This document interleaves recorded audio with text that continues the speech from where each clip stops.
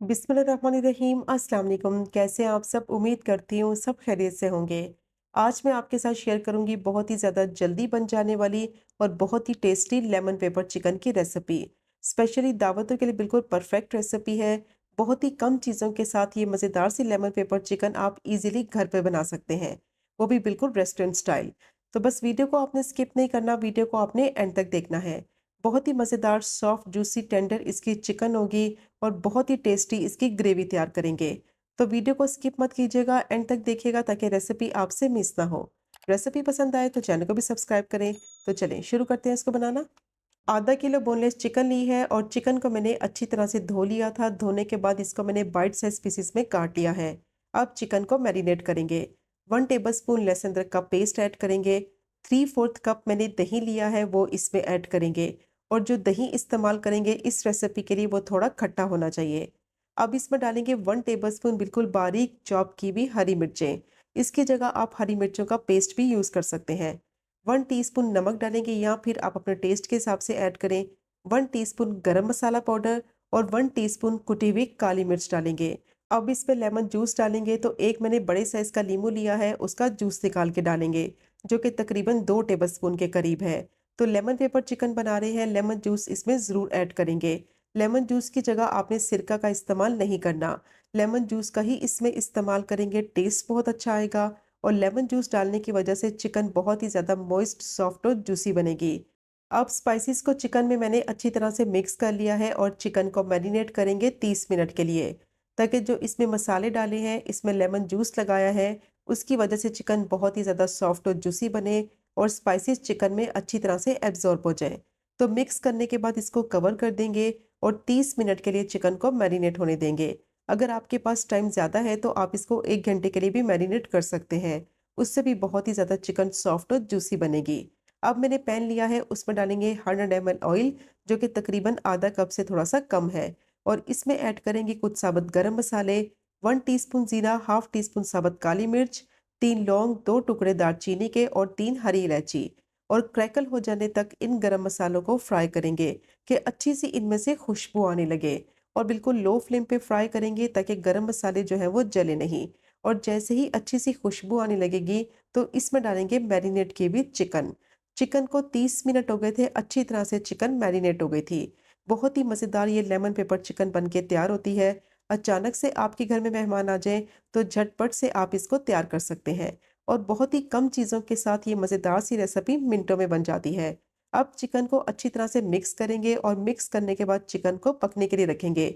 Chicken कच्ची है, अपने ही पानी में पकेगी, अपने ही जूसिस में पकेगी और बहुत अच्छी तरह से सॉफ्ट और टेंडर हो जाएगी। अब अच्छी तरह से चिकन को मिक्स कर लिया है और इसको कवर कर देंगे और मीडियम टू लो फ्लेम पे 10 से 12 मिनट के लिए चिकन को पकने के लिए रखेंगे। दही इसमें लगाया है, उसका पानी निकलेगा और चिकन का अपना पानी होगा, उसी में चिकन पकेगी और अच्छी तरह से गल जाएगी। तब तक इसके लिए एक स्लरी रेडी करते हैं। उसके लिए मैंने एक बॉल लिया है, उसमें डालेंगे आधा कप पानी, 1.5 टेबलस्पून इसमें कॉर्नफ्लावर ऐड करेंगे और अच्छी तरह से इसको मिक्स करेंगे। तो स्लरी जो है वो रेडी हो गई है। इसको मैंने अच्छी तरह से मिक्स कर लिया है और इसको इतना मिक्स करना है कि इसमें कोई लम्स ना रहे। और इसको इस्तेमाल करेंगे ग्रेवी को थिक करने के लिए। तो स्लरी को अब साइड पर रखेंगे, जो कि आगे जाके इस्तेमाल करेंगे।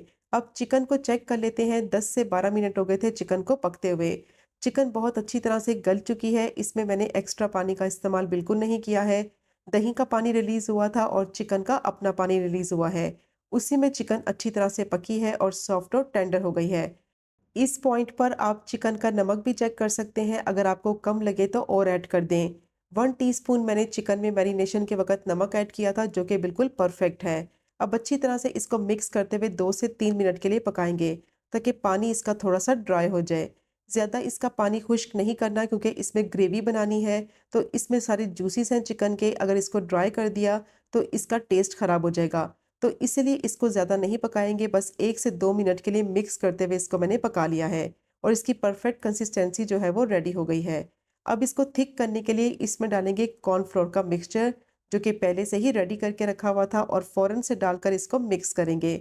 और जैसे ही ये ग्रेवी थिक हो जाएगी तो इसकी कंसिस्टेंसी बिल्कुल परफेक्ट बनाने के लिए इसमें डालेंगे आधा कप पानी, या जितनी आपको ग्रेवी रखनी है उस हिसाब से आप इसमें पानी ऐड कर दें। तो आधा कप मैंने इसमें पानी डाला है, अच्छी तरह से इसको मिक्स करेंगे और बस 1 से 2 मिनट के लिए इसको पकाएँगे, ताकि परफेक्ट ग्रेवी की कंसिस्टेंसी जो है वो रेडी हो जाए। तो इसको मैंने 1 से 2 मिनट के लिए पका लिया है, बहुत ही अच्छी इसमें से खुशबू आ रही है और परफेक्ट ग्रेवी की कंसिस्टेंसी रेडी हो गई है। और अगर फिर भी आपको ग्रेवी इसकी थोड़ी-सी थिक लगे तो इसमें थोड़ा-सा पानी और ऐड कर दें।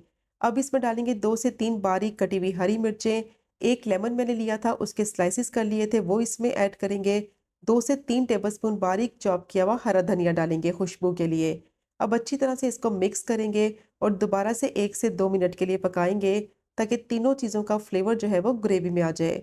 बहुत ही ज़बरदस्त मज़ेदार लेमन पेपर चिकन जो है वो रेडी हो गया है। और देखा आपने इसको बनाना कितना आसान है, झटपट से ये बनके तैयार हो जाता है और बहुत ही ज़्यादा टेस्टी बनता है। इसको आप सर्व करें गार्लिक राइस के साथ या फिर फ्राइड राइस के साथ, बहुत ही ज़्यादा टेस्टी लगेगा।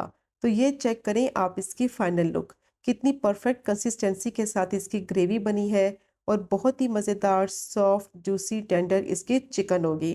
तो ज़रूर ट्राई कीजिएगा ये मज़ेदार सी लेमन पेपर चिकन की रेसिपी को, जो कि बहुत ही कम चीज़ों के साथ मिनटों में बनकर तैयार हो जाती है।